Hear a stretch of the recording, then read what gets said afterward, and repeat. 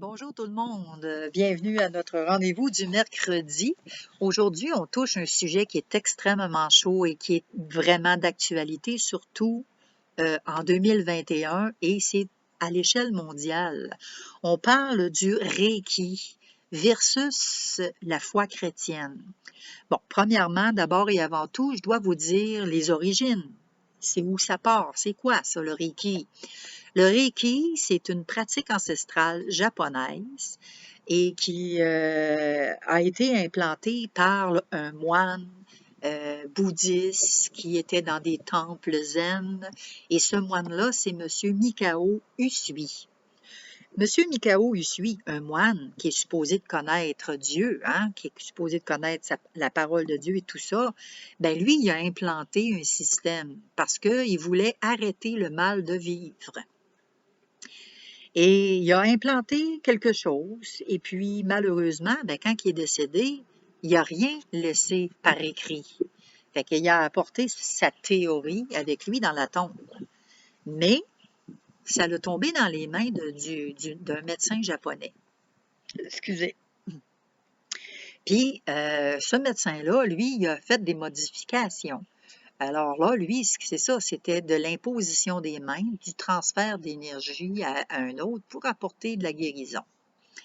Mais sous l'entrefait de cela aussi, il y a une femme qui s'est intéressée justement à cette méthode-là de Reiki et qui, elle, a dit, ben écoute, c'est extraordinaire, mais on va en faire une structure, là, parce que là, écoute, faut que ça ait des fondements, ça, là, faut que ça ait une base et une structure. Fait que c'est là qu'elle a implanté un concept ésotérique. Et ce concept ésotérique-là, on sait que l'ésotérisme, ça découle de l'occultisme et du spiritisme. Ce sont des choses occultes. Donc, si c'est occulte, ça ne vient pas de Dieu. C'est quelque chose qui est satanique. C'est quelque chose de démoniaque. Alors, elle en a fait qu'elle a implanté un système. Et elle en a fait que, bon, il y avait différentes parties du corps, que là, ben écoute, on va mettre des symboles, on va accorder des couleurs de l'arc-en-ciel à chaque symbole, et aussi on va y accorder un son. On va donner une note de musique à chaque symbole. Ça part entre le rectum et les parties génitales et ça monte jusque dans le front. Donc, tout ça, ça fait partie le long de la colonne vertébrale et c'est censé, supposément, créer un lien entre la terre et le ciel. Alors qu'on sait très bien que nul ne vient au Père que par moi. Jésus lui-même le dit. Il n'y a pas d'autre chemin. Il est le chemin, la vérité et la vie. Alors là, à ce moment-là, on vient de voir par cette pratique-là que ça ne vient pas de Dieu, qui cherche à aller au ciel, à avoir accès au ciel par un autre chemin. On regarde Exode 23 à 5. Tu n'auras pas d'autre Dieu devant moi. Tu ne te feras pas de sculpture sacrée, ni de représentation de ce qui est en haut dans le ciel, en bas sur la terre et dans l'eau, plus bas que la terre. Tu ne te prosterneras pas devant elles et tu ne les serviras point. C'est les premiers commandements de Dieu. Et qu'est-ce qu'on voit à l'inverse de cela? C'est que là, ben écoute, ça démontre que c'est des dieux. Ces boules d'énergie-là, parce que chakra veut dire roue d'énergie. Alors, ben là, on a de l'énergie, la Terre elle a de l'énergie, souvenez-vous, que les gens se tournent vers la nature, puis vont vénérer la nature au lieu de vénérer le seul et véritable Dieu. Et que là, ben, à cause de cela, ben là, écoute, on fait des symboles, puis on va en faire des dieux. Et ben, il n'y a rien d'offensif là-dedans. Là, on se fait du bien, là, voyons donc. Mensonge. Mensonge. Ces chakras-là représentent des roues d'énergie et les gens, quand ils font de la méditation, vont se centrer sur chaque boule, chaque partie, parce que la partie va englober une partie en particulier, va encercler domaine, un secteur, donc ils vont se concentrer là-dessus et ils vont essayer d'obtenir la paix, la tranquillité, l'équilibre. Ils vont essayer d'obtenir une guérison tout en se concentrant sur le symbole, la couleur et la note de musique, parce que chaque note a un son, pas nécessairement le son qui est donné sur le piano, là, mais eux ont un propre son différent à chaque signe. Hein? Fait qu'ils vont émettre ce son-là par la bouche, tout en méditant, puis en essayant d'avoir une méditation qui, justement, va avoir un recueillement parfait. Mais je m'excuse, mais la perfection n'est pas de ce monde. La perfection, elle est venue en Jésus-Christ et la perfection va revenir à son retour. La perfection, là, il n'y en a pas, il n'y en aura jamais, tant aussi longtemps que Jésus ne reviendra pas. Et malheureusement, souvent, c'est ça, les gens qui s'adonnent à faire ce genre de pratique-là, ils ne savent pas à quel esprit qui se frotte, parce qu'on sait que c'est démoniaque, on sait que ça vient de notre ennemi juré, ça vient de Satan.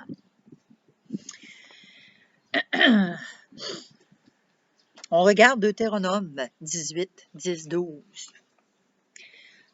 Qu'on ne trouve chez toi personne qui fasse passer son fils ou sa fille par le feu, personne qui exerce le métier de devin, d'astrologue, d'augure, de sorcier, de magicien, personne qui consulte les esprits ou les spirites, personne qui interroge les morts. En effet, celui qui fait cela fait horreur à l'Éternel, et c'est à cause de ces pratiques abominables que l'Éternel ton Dieu va chasser ces nations devant toi.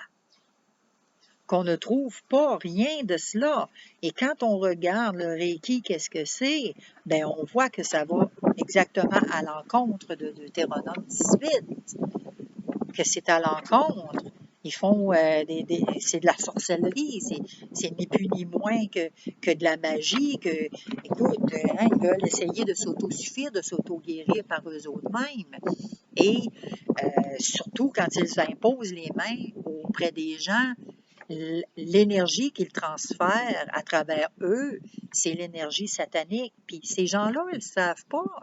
Ils vont servir, hein, comme on a vu, hein, ces gens-là se prosternent devant ça, puis ils servent ces faux dieux-là.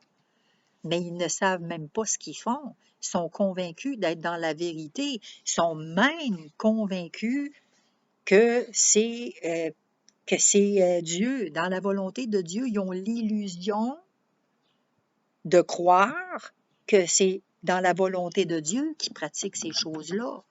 Ben voyons donc, ça n'a ni queue ni tête. C'est aucune vérité là-dedans, on vient de le voir.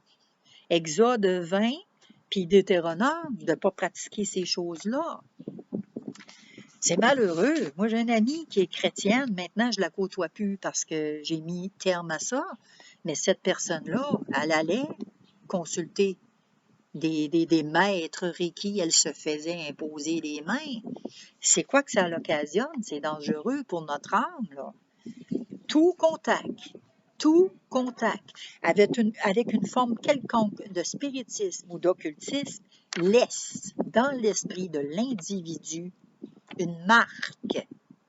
Et souvent, cette marque-là va s'incruster tellement, si profondément, qu'on va avoir l'esprit troublé. Hein? On va avoir, écoute, ça le dit que à quelque part, on va avoir un déséquilibre que ce soit mental ou un déséquilibre physique. Ça va même aller jusqu'à avoir des maladies mentales. Hein? Aujourd'hui, on ne le nommera pas, là, ces maladies-là, ils trouvent des noms à toutes. Hein? Au lieu de voir que c'est des esprits démoniaques qui sont en arrière de ça, ben non, il n'est pas possédé, ben non. Il y a telle maladie, là, voyons donc, puis ça se manifeste surtout le jour de la pleine lune et tout ça, etc. C'est rendu là, c'est rendu que ça mêle les astres avec leurs croyances. C'est dangereux. Le Reiki, là, c'est de la charlatanerie. C'est ni plus ni moins mettre notre confiance dans des charlatans quand on va consulter ces gens-là. Et on se sacrifie, hein? On se donne corps et âme, ni plus ni moins, à Satan. On lui ouvre la porte, du moins, quand on accepte d'avoir des séances comme ça. C'est dangereux. On regarde Acte 13, 6, 10. Ensuite, ils traversèrent toute l'île jusqu'à Paphos, où ils trouvèrent un magicien, un prétendu prophète juif appelé Bar-Jésus. Il faisait partie de l'entourage du gouverneur Sergius Paulus, un homme intelligent. Ce dernier fit appeler Barnabas et Saul et exprima le désir d'entendre la parole de Dieu. Mais Élymas, le magicien, c'est en effet ce que signifie son nom, s'opposait à eux et cherchait à détourner le gouverneur de la foi. Alors Saul, appelé aussi Paul, rempli du Saint-Esprit, fixa les regards sur lui et dit: « Homme plein de toutes sortes de ruses et de méchanceté, fils du diable, ennemi de toute justice, ne vas-tu pas cesser de pervertir les voies droites de l'Éternel, du Seigneur? » Donc, l'Esprit de Dieu s'était confié en Paul, puis il avait mis Élymas comme il était. Il le voyait. Donc, Paul, il savait que Élymas était rempli de démons pour arriver à lui dire: « Garde, t'es plein de ruses, t'es rempli de méchanceté, tu es le fils du diable. Quand est-ce que tu vas arrêter, justement, de vouloir pervertir les voies du Seigneur? » En d'autres mots, là, ferme ta boîte. Arrête de parler, ferme-la, arrête. C'est ce que ça voulait dire. Donc, c'est ça.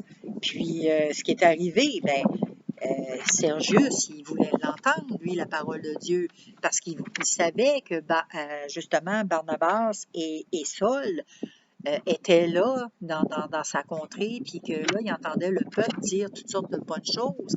Écoute, ces gens-là parlent du royaume de Dieu, puis ils font des miracles, des prodiges, etc.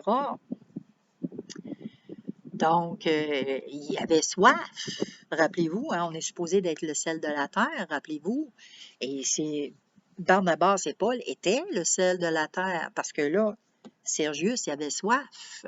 Puis le rôle de l'ennemi, lui, c'est ça, ce qu'il veut, c'est détourner. Il a voulu détourner le gouverneur, et il y a la même ruse encore aujourd'hui, en 2021. Il nous détourne par toutes sortes de moyens qui ne viennent pas de Dieu. On regarde Acte 13, 6 à 10. Non, on vient de le lire, excusez-moi. Acte 8, 9 à 13.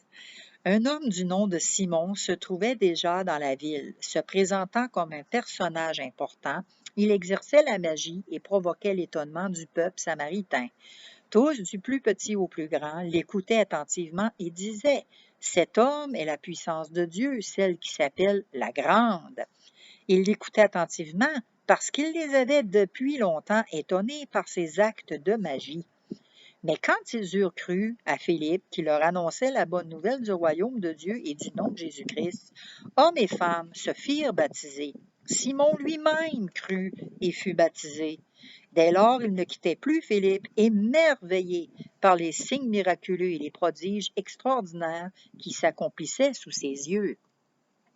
Alors, on sait que quand on a vu dans Deutéronome qu'on retrouve personne chez toi qui fasse de la magie, de l'astrologie, etc., Simon était magicien et depuis longtemps, il émerveillait par ses tours de magie le peuple de la Samarie.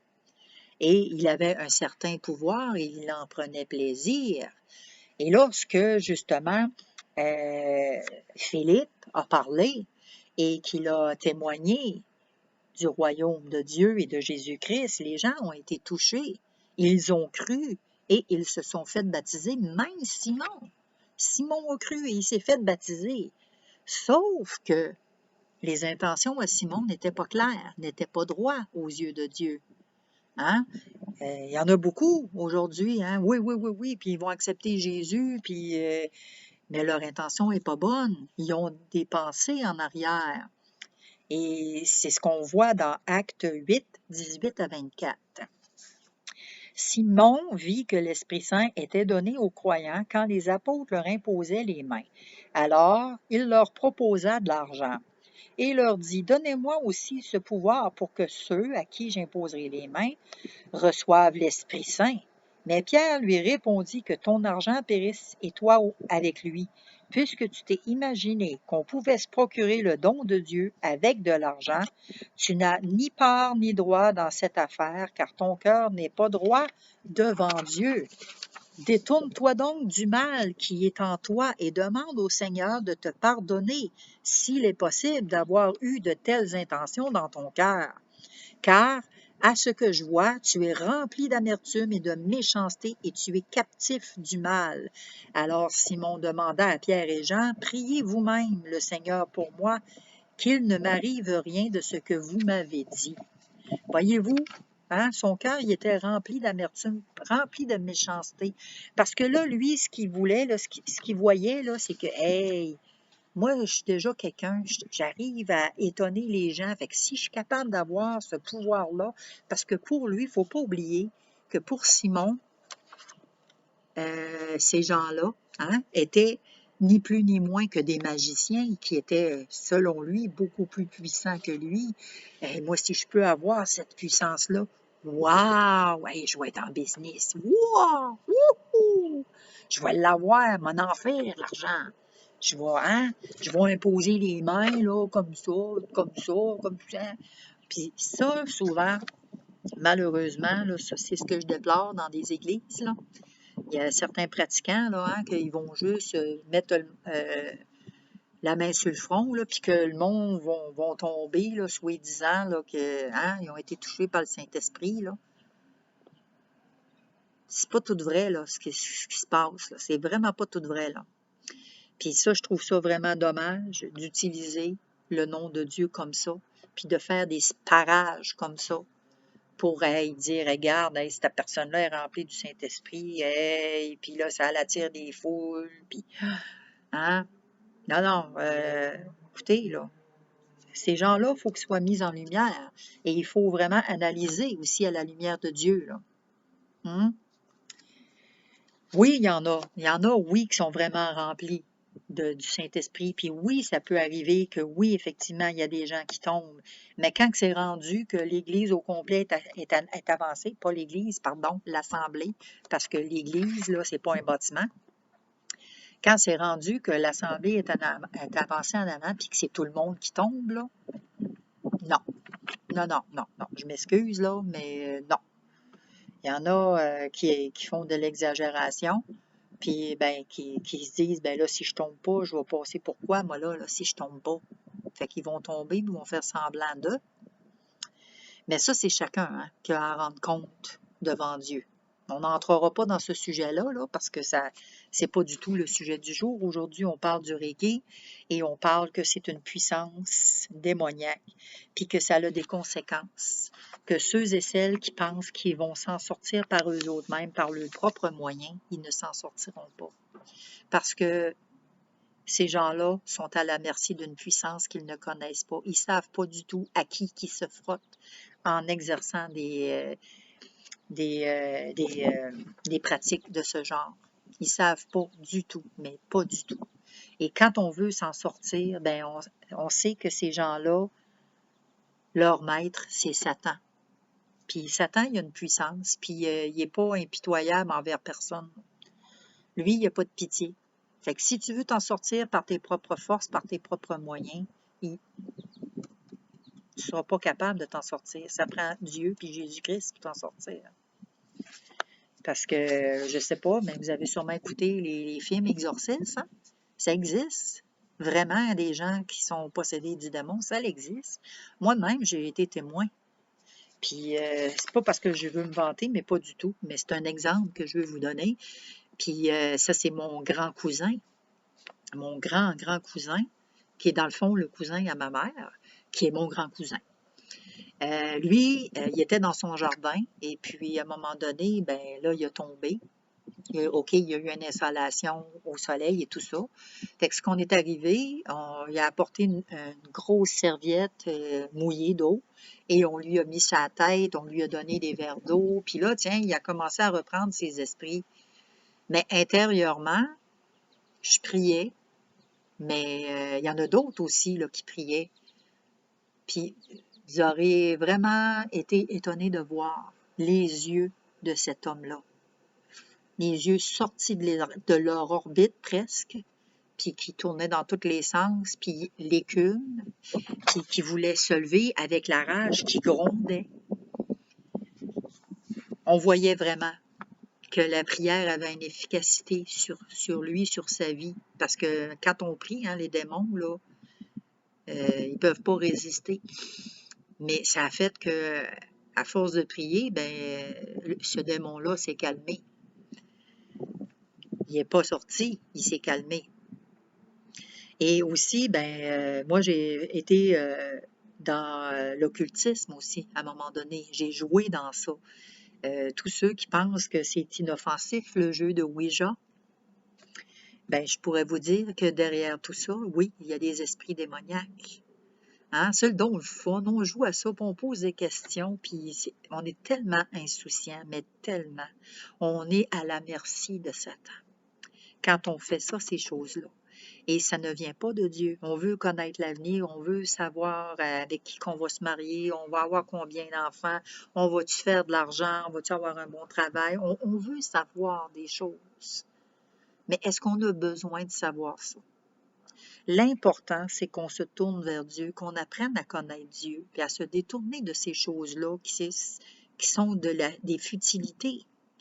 Occupez-vous du royaume de Dieu et Dieu va pourvoir à tous vos besoins. Que ce soit Dieu en premier dans notre vie à tous les jours, dans tout ce qu'on fait. Dieu, il nous a créés à son image, puis il sait de quoi qu'on a besoin, il sait de quoi qu'on est fait, il connaît notre caractère, il connaît tout de nous.